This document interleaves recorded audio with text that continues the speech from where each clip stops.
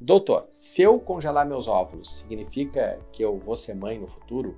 Isso é uma pergunta que a gente recebe bastante lá na clínica. Então, para conversar sobre congelamento de óvulos, sobre todas as facetas desse procedimento que a gente vem fazendo cada vez mais ali na Insemine, meu nome é João Sabino, eu sou médico especialista em reprodução humana, e a doutora Tatiane, que é uma das médicas especialistas lá da clínica, a gente vai conversar com vocês hoje aqui. Hoje a gente está com um formato diferente aqui, vocês estão vendo que parece um podcast, não é bem para ser um podcast, mas parece um podcast, e a gente elegeu o congelamento de óvulos porque é um assunto muito importante que a gente vem fazendo muito. Então, decidir congelar óvulo não é sentença que vai ser mãe, é como se fosse um seguro que a gente está fazendo. É isso mesmo, doutora Tatiane? Olá, muito prazer. Então, meu nome é Tatiane, sou ginecologista especialista em reprodução humana, trabalho na Insemine, então junto aí com o Dr. Sabino. E, bom, na verdade, a gente sabe que o congelamento de óvulos não obriga ninguém a ser mãe, né? Na verdade, o congelamento, ele é, como o Dr. Sabino comentou antes, ele é um seguro. Na verdade, a gente faz para não utilizar, né? Mas é uma possibilidade que a mulher tem, então, de poder preservar sua fertilidade sem ter aquela obrigação, aquela pressão do relógio biológico que a gente sabe que todas nós mulheres temos. Então, hoje em dia, aí, né, com a questão de que, de repente, a gente não tá com a parceria ideal, que a gente deseja investir mais tempo e mais esforço na carreira, tem outros planejamentos, né, financeiros e emocionais, e de repente a maternidade não coincide com todos esses planos, né, então é importante que a gente possa, então, planejar esse futuro reprodutivo, preservando a nossa fertilidade, idealmente aí antes dos 35 anos de idade, porque aí a gente vai conseguir, então, congelar um bom número de óvulos e com boa qualidade.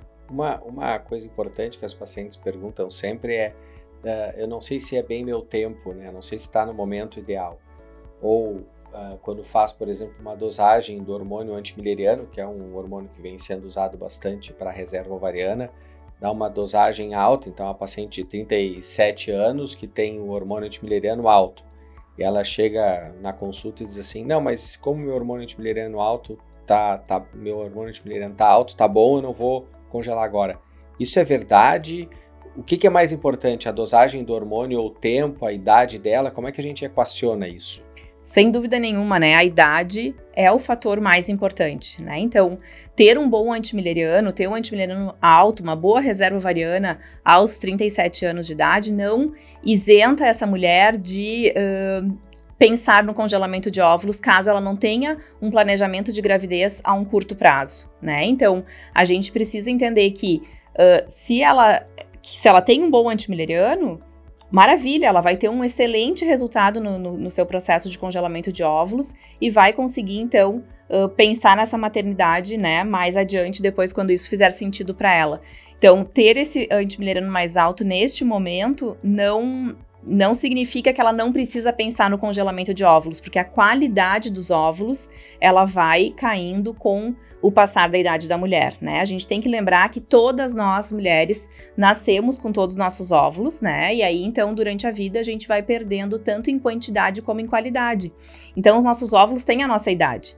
Então, a qualidade dos óvulos vai caindo de uma forma mais significativa aí a partir dos 35 anos e a queda se torna mais acentuada após os 40 anos de idade.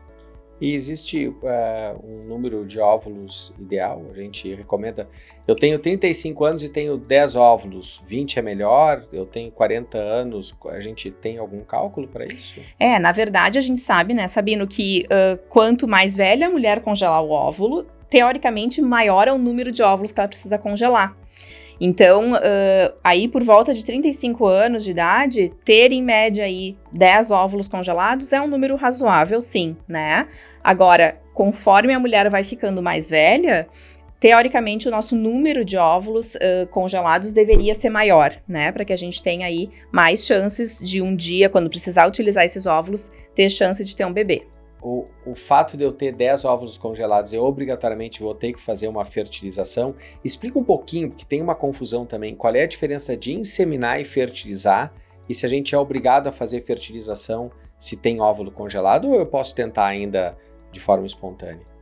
Com certeza, né? Isso tudo vai ter que ser analisado cada situação de uma forma muito individual. Vai depender muito da idade dessa mulher, né? Então, ter os óvulos congelados não significa que obrigatoriamente vai ter que se engravidar por fertilização in vitro. Ou seja, fertilização nada mais é do que a gente pegar esse óvulo, pegar o espermatozoide e fertilizar no laboratório. E depois o que a gente vai transferir para dentro do útero da mulher já é o embriãozinho pronto, né? Diferente da inseminação, que nada mais é do que quando a gente induz a ovulação dessa mulher, mas a gente vai simplesmente colocar o sêmen dentro do útero ali e toda a fertilização acontece como se fosse numa relação sexual.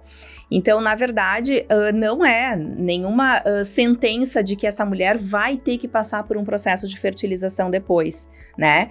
Eu tenho muitas pacientes que congelam óvulos ali antes dos seus 35 anos e aí ali por volta de 36, 37 anos começam a tentar engravidar e engravidam de uma forma espontânea e sem nenhum problema, né? O que a gente tem visto muito é essas pacientes que têm o primeiro filho entre aí 35 e 40 anos, quando vão tentar ter o segundo filho, estão tendo muita dificuldade porque aí já estão lá perto dos 40 anos. Aí sim, essas mulheres têm grande vantagem de utilizar esses óvulos congelados lá com menos de 35 anos. Porque a gente tem que lembrar que a gente congela o óvulo e congela também esse potencial biológico desse óvulo. Então, a chance de gravidez vai ser lá de menos de 35 anos.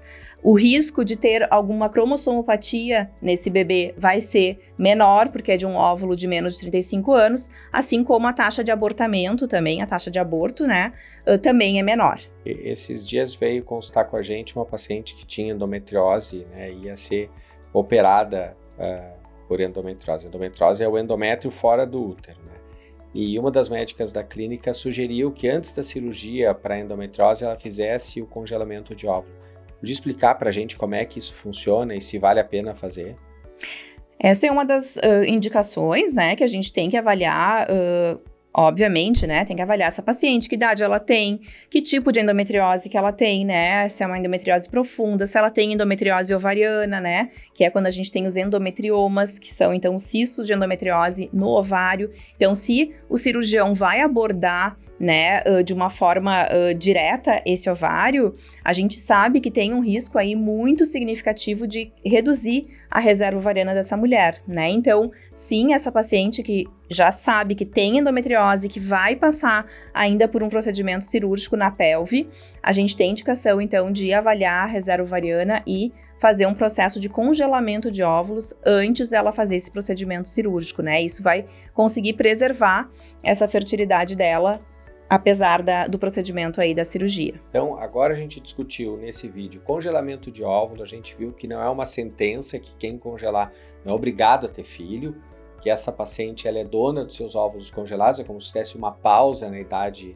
reprodutiva dela, que o hormônio antimileriano não é obrigatório, ele não nos tira da necessidade de congelamento, a idade da mulher é mais importante para a qualidade dos óvulos. E foi discutido também que as situações especiais como endometriose, a gente pode usar esse recurso para preservar a fertilidade quando essa paciente vai para uma cirurgia. Gostou? Curtiu? Nos pergunta? Clica aqui embaixo, compartilha, que para a gente é importante. A gente sempre está tentando trazer conteúdo com bastante ciência para a discussão com vocês.